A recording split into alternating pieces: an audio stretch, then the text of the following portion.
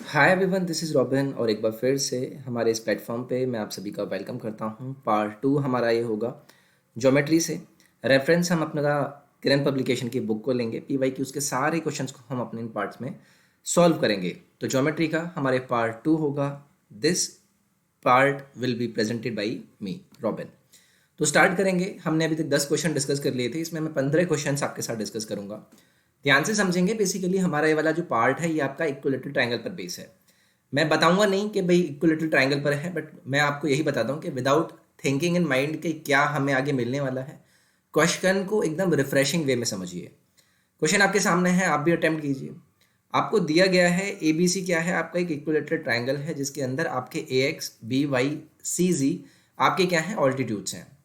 Then the right set statement out of the four given responses is। तो मतलब जो आपके ऑल्टीट्यूड्स अंदर बनेंगे, ये आपका एक altitude I mean right angle triangle हो गया, ये आपका ए एक्स हो गया, अगर ये आपका ए है, ये आपका बी है और ये आपका सी है। उसके बाद ये आपका बी वाई हो गया और ये आपका सी जी हो गया, जो कि आपके ऑल्टीट्यूड्स हैं। तो देखिए इक्विलेटरल ट्राइंगल की बात करी गई है और इक्विलेटरल ट्राइंगल के आपके ये ऑल्टीट्यूड्स हमेशा क्या होंगे, इक्वल ही होंगे। आप देख कर भी बता सकते हैं, आप इसको प्रूव भी कर सकते हैं, क्योंकि ऑल्टीट्यूड्स आपके क्या होते हैं, ऑल्टीट्यूड्स आपके होते हैं जो कि ऑपोजिट साइड पर क्या होते हैं, परपेंडिकुलर होते हैं। अब आपकी हर साइड इक्वल है, हर एंगल इक्वल है, तो ऑब्वियसली आप सेम चीज़ अगर हर कॉर्नर से कर रहे हैं तो हर वैल्यू आपकी इक्वल मिलने वाली है, जो कि आपको यहाँ से ये बताएगी कि आपका पहला आंसर यहाँ पे हो जाएगा। नेक्स्ट है आपका ए बी सी क्या है, आपके पास एक इक्विलेटरल ट्राइंगल है और सी डी आपका एक इंटरनल बाइसेक्टर है, किसका, एंगल सी का। डी सी को आपने प्रोड्यूस किया है ई पर कि इस तरीके से कि ए सी और सी ई आपके बराबर है। आपको बताना है सी ए ई की वैल्यू। तो देखिए यहाँ पर हम ड्रॉ करते हैं, हमारा ये हो गया इक्विलेटरल ट्राइंगल ए बी और सी। आपने कहा है कि इसके अंदर आपका क्या है, इक्विलेटरल ट्राइंगल है, सी डी आपका इंटरनल बाइसेक्टर है। मैं सी डी आपका यहाँ से ड्रॉ करता हूँ, ये आपका सी डी हो गया। इसे मैंने बोला है इंटरनल बाइसेक्टर, यानी कि ये वाला एंगल और ये वाला एंगल आपके इसने इक्वली डिवाइड किए। उसके बाद डी सी को आपने प्रोड्यूस किया है आगे कहाँ तक, ई तक। और आपने कहा है कि भाई सी ई और उसके बाद आपका ए सी ये आपके क्या है, इक्वल है, और ये आपका एक ट्राइंगल यहाँ से बन गया। अब आपसे पूछा गया है कि सी ए ई यानी कि ये वाला जो एंगल है ये आपको बताना है। तो देखिए पहले ए बी सी आपको पता था कि इक्विलेटरल ट्राइंगल था, यानी कि हर एंगल आपका कितना हो गया, 60 डिग्री। ये वाला जो एंगल है ये आपका डिवाइड कर दिया है, यानी कि ये आपका 30 हो गया। अब उसके बाद ये वाला जो एंगल होगा ये भी आपका 30 होगा। अब आप इस 30 को जैसे ही आपने देखा तो आप कहेंगे कि यार ये वाला ट्रायंगल जो कि है मेरे पास ए सी और ई, इसमें मेरे पास ए सी और सी ई ये मेरे पास इक्वल हैं। यानी कि ये वाला एंगल अगर मैं इसे एक्स मानता हूँ तो ये भी एंगल आपका एक्स ही होगा, क्योंकि इसकी दो भुजाएं आपने क्वेश्चन में दी गई हैं, इक्वल हैं। अब देखिए ये वाला जो एंगल है आपका 30, क्या ये आपका इसका एक्सटर्नल वाला एंगल नहीं है, जो कि आपका x और इस वाले वैल्यू x के सम के इक्वल होगा। यानी कि 2x की वैल्यू आपके पास आ गई 30 और x की वैल्यू आपसे पूछी है, ये कितनी हो जाएगी आपकी 15 डिग्री। यानी कि आपका यहाँ से हो जाएगा ऑप्शन नंबर 4th आंसर। तो देखिए आसान था, बस आपको ये समझना था कि इंटरनल बाइसेक्टर किया है, 30 ये हो जाएगा। अगर ये एक्सटर्नल हो जाएगा ए सी ई का, तो उसके बाद ये वाले जो दो एंगल हैं जो कि आपने बता दिया है कि दोनों इक्वल हैं, ये 30 की वैल्यू इन दोनों की इक्वल एंगल के सम के इक्वल होगी, जो कि आपको 2x की वैल्यू 30 के इक्वल देगा और x की वैल्यू आपकी यहाँ से आ जाएगी 15, जो कि आपका एंगल था सी ए ई। नेक्स्ट है आपको बोला गया है जी क्या है, आपका एक सेंट्रॉइड है equilateral triangle A B C का। ए बी की आपको वैल्यू 10 दी गई है, आपको ए जी की वैल्यू बतानी है। तो देखिए इसमें ना अभी आपको समझाता हूँ, इसके बाद आप इस तरीके के सवालों को करने में ज़्यादा टाइम नहीं लेंगे। ठीक है, तो इक्विलेटरल ट्राइंगल है, हर भुजा आपको 10 दे दी। सेंट्रॉइड क्या होता है, सेंट्रॉइड होता है आपका जो मीडियंस होते हैं उनका बाइसेक्टर पॉइंट। यानी कि अगर मैं इक्विलेटरल ट्राइंगल के किसकी बात करता हूँ, सेंट्रॉइड की, तो मैंने आपसे कहा कि ये हो गया आपका पॉइंट जी। अब देखिए कोई भी सेंट्रॉइड आपका किस रेशियो में डिवाइड करता है, 2 और 1 के रेशियो में डिवाइड करता है इस किसको, इस वैल्यू को। सेंट्रॉइड यानी कि जो आपका ये मीडियन जो आपने ड्रॉ किया है, इसको मैंने थोड़ी देर के लिए बोल दिया डी। अब देखिए हर भुजा आपने बोली है 10 है, तो मैं क्या इक्विलेटरल ट्राइंगल के अंदर का जो मीडियन है वो निकाल सकता हूँ। उसकी वैल्यू होती है आपकी √3/2 ऑफ भुजा, यानी कि इंटू 10। ये आपने किसकी वैल्यू निकाल ली, एडी की। अब देखिए एडी की वैल्यू आपने निकाल ली है, कितनी आ गई है, ये आपकी 5√3। अगर आपके पास एडी की वैल्यू है, क्या आप इसको दो पार्ट को नहीं पूछा गया, यानी कि एजी की वैल्यू ही तो आपसे पूछी गई है। तो 3 पार्ट में 2 पार्ट है किसका, एजी का, जिसे मैं कर दूंगा इस साइड एडी के मल्टीप्लीकेशन में, यानी कि 5√3। यहाँ से आपका कितना हो जाएगा 10/√3। कहीं पर है नहीं है तो उसके सीधा सीधा दिख रहा है आपको, यहाँ आपका आप आंसर कौन सा हो जाएगा, ऑप्शन नंबर 2। ऊपर नीचे मल्टीप्लाई कर लीजिए या फिर कुछ भी मत कीजिए, सिंपली आपको ऑप्शन नंबर 2 यहाँ से मिल जाएगा। The radius of the in circle of the equilateral triangle having each side कितना 6 सेंटीमीटर आपको बताना है। तो देखिए ये हो गया आपका √3। अगर मैं इक्विलेटरल ट्राइंगल के इन सर्कल की बात करता हूँ तो वो आपका क्या होता है, वो आपका भुजा जो कि 6 है डिवाइडेड बाई 2√3 इसके इक्वल होता है क्या, इन radius.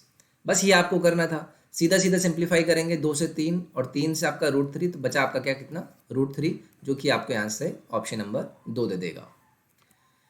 If the 3 medians of a triangle are same then the triangle is. तो देखिए पहला ही हमने इस सेशन का जो कि 11th क्वेश्चन था बुक का, हमने वो देखा था जिसमें मैंने आपसे पूछा था कि भाई जब आप 3 या तो परपेंडिकुलर ड्रॉ कर लें या मीडियंस ड्रॉ कर लें, अगर वो सभी एक इक्विलेटरल ट्राइंगल के मीडियंस या फिर परपेंडिकुलर हैं तो वो आपके इक्वल आए थे।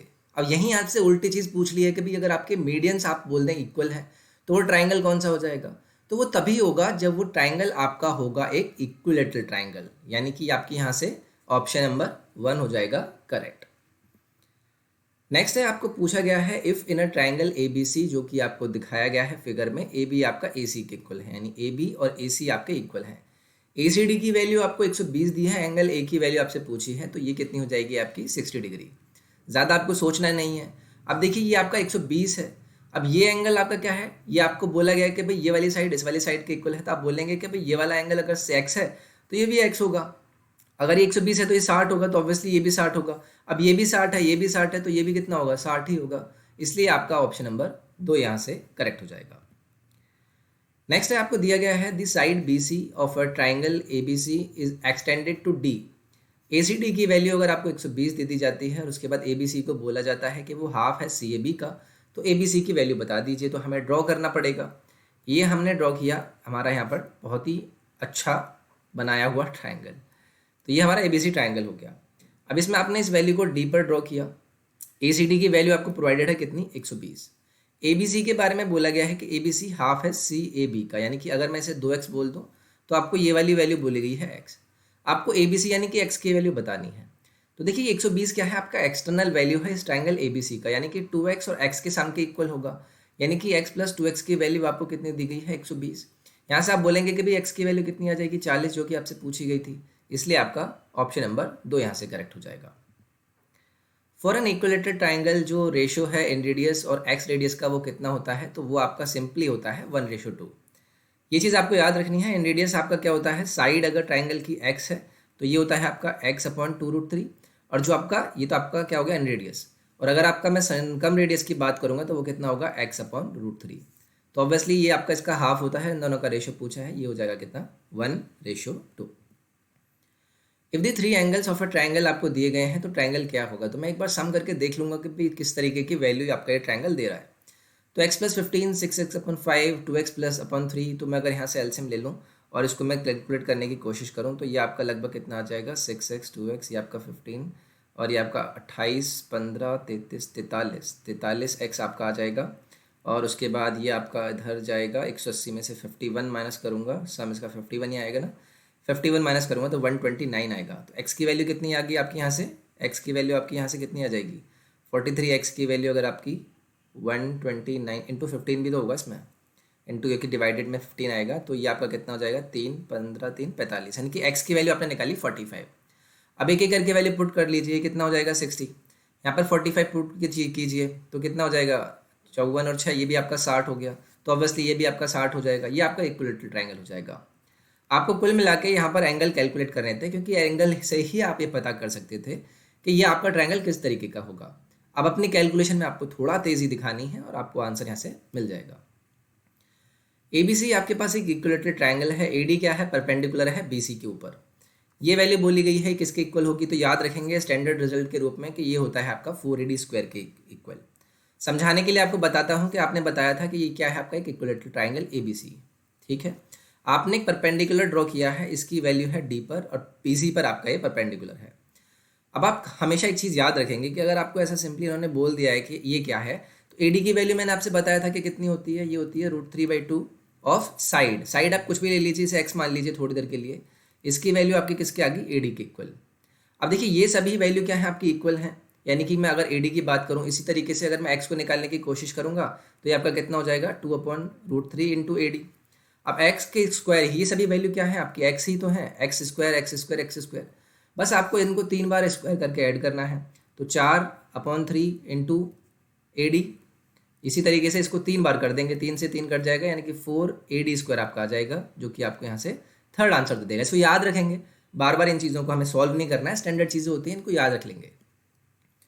This centroid of an equilateral triangle A B C कहाँ पर है, जी पर। ए बी की वैल्यू 10 है, तो बता दीजिए कि आपका सेंट्रॉइड मीन सेंट्रॉइड दिया गया ना, तो ए जी की वैल्यू आपसे पूछी है, तो ए जी की देखिए वैल्यू क्या होगी, ये तो मैंने आपको बताया था, ये हो जाएगा आपका कितना 10√3/3।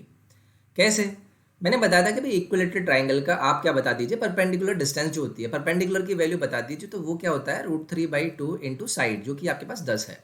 ये कितना आ गया आपके पास 5√3। अब ए जी की वैल्यू जो होती है आपकी, ये वाली जो वैल्यू होती है ए जी, ये 2:1 में काटता है, तो इसको बस 2/3 करना होगा आपको। अगर आप ऐसा करेंगे तो कितना आ जाएगा 10√3/3 आ जाएगा, सीधा सीधा ऑप्शन नंबर 3 आपका यहाँ से करेक्ट हो जाएगा।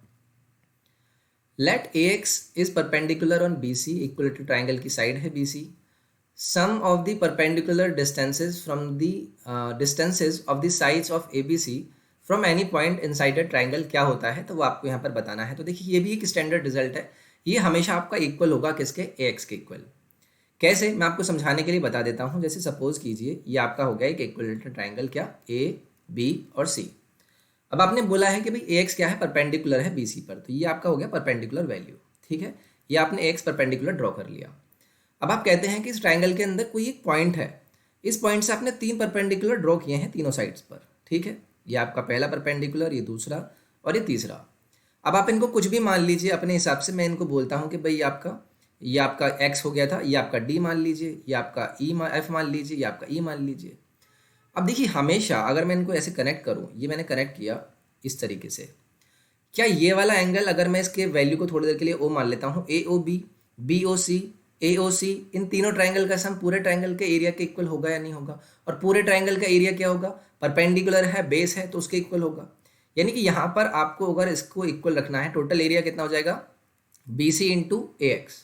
अब किसके इक्वल होगा, ये हाफ ऑफ ये वाला परपेंडिकुलर यानी कि A B into O F. इसी तरीके से दूसरा वाला, ये सम हो रहा है आपस में, ठीक है। उसके बाद ये B C into O D, और उसके बाद half of O E into A C, half half common ले लेंगे। उसके बाद ये सारी जो साइड्स हैं वो इक्वल हैं, इनको भी मैं काट दूंगा, इससे कट जाएंगी। अब ये ओ एफ ओ डी और ए सी ये क्या है, परपेंडिकुलर डिस्टेंस है आपके अंदर लिए गए पॉइंट से, तो इन सभी का सम किसके इक्वल आ रहा है, ए एक्स के इक्वल आ रहा है। ये सारी वैल्यू बाकी कट गई थी, तो ये हमेशा आपका ए एक्स के इक्वल होंगे अगर आप किसी इक्वल ट्राइंगल के अंदर कोई पॉइंट लेकर वहाँ से परपेंडिकुलर ड्रॉ करते हैं। तो उन परपेंडिकुलर्स का सम आपका हमेशा उस वैल्यू के इक्वल होगा जो कि आपने स्टार्टिंग में ए बी पर बी सी पर परपेंडिकुलर डाला था, ए से A X. Let G be the centroid of an equilateral triangle A B C. Perimeter है 24, आपको बताना है कि भाई लेंथ ऑफ ए जी क्या होगी। अगेन आसान सा क्वेश्चन है आपका, ऑप्शन नंबर 2 आसान यहाँ से मिल जाएगा।